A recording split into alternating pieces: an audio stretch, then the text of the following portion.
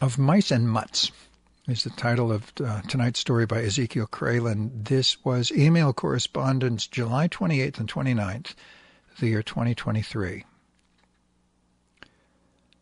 Now Timothy De Palma is threatened with homelessness. Continued. Date July 28th. Another change in their ways is they no longer allow me to take just one of them out at night who has to go on an emergency poopy run while the other doesn't. The moment I grab a leash for one, the second hound is eager to step outside too. So now, if Flacco or Lucky needs to go stat, I always have to take them both. This means I need to rush the urgent pup outside first, tie him or her to the post, then dash upstairs to retrieve the other.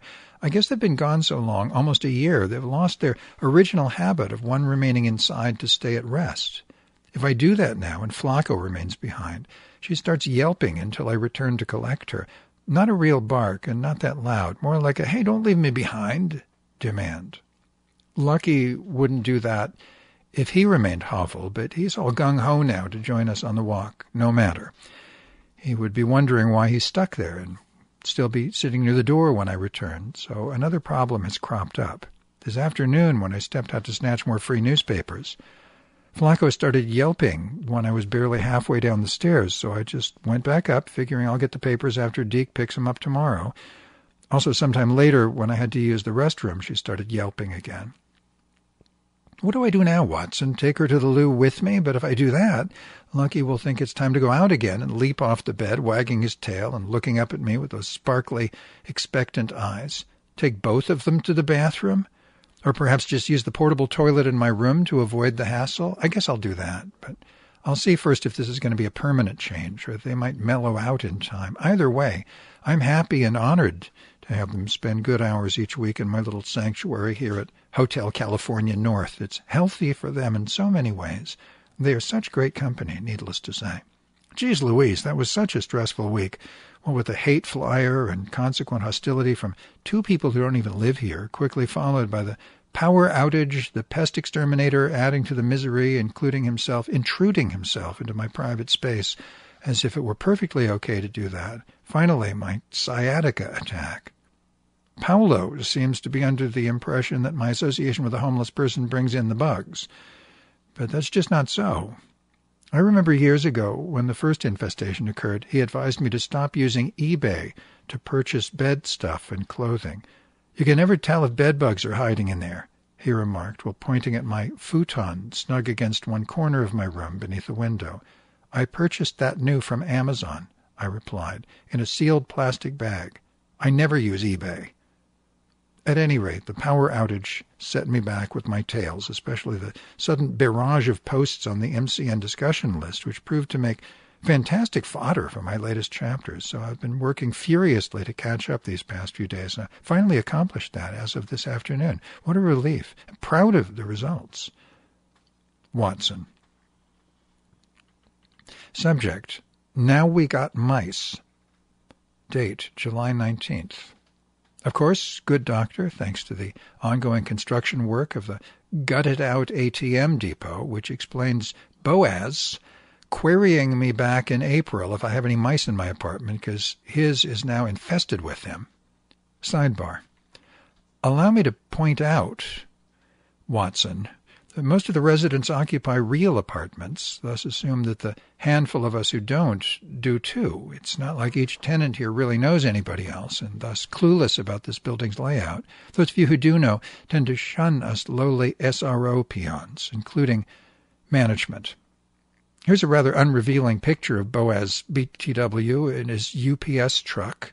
It's parked in front of the building for hours each weekday, and I wonder why, since you'd think he'd be doing his routes throughout the city.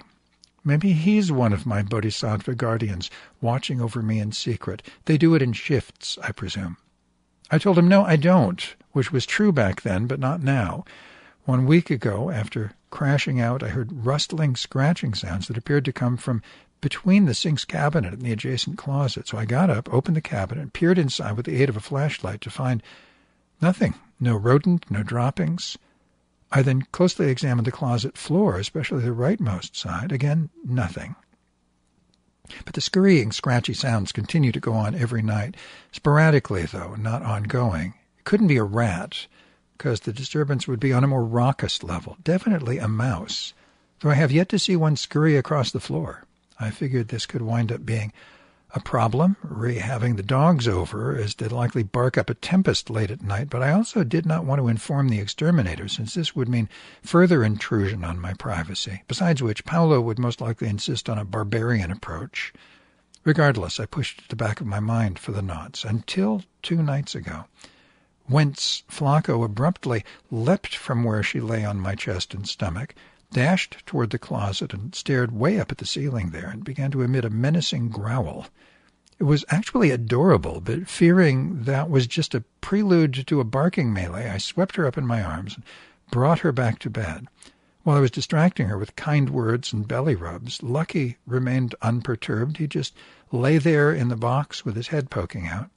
All he did was raise his noggin a skosh, expend a lackluster woof in response to his sister's growling, then plunked his head back down and went back to sleep. This was about 3:30 a.m., mind you, shortly after returning from an emergency poopy stroll. Realizing I now need to do something about this pronto, I deliberated on what kind of mousetrap to use. I certainly didn't want to kill it or them, either by poison or violence. So I settled on this humane mousetrap from Amazon. Only $12 for 2. I ordered it Thursday evening, and they will arrive later today, thanks to Amazon Prime. I'll just carry the traps 4 blocks up to Dubose, is that how to say that? D-U-B-O-C-E, Park, and release them there. But Flacco's alertness and keen ears did me a big favor. They identified exactly where the rodents gather, on one or both shelves of my closet, close to the ceiling. It makes sense, because that's where I store some dried goods in plastic bags or cardboard containers, such as spaghetti, brown rice, rolled oats.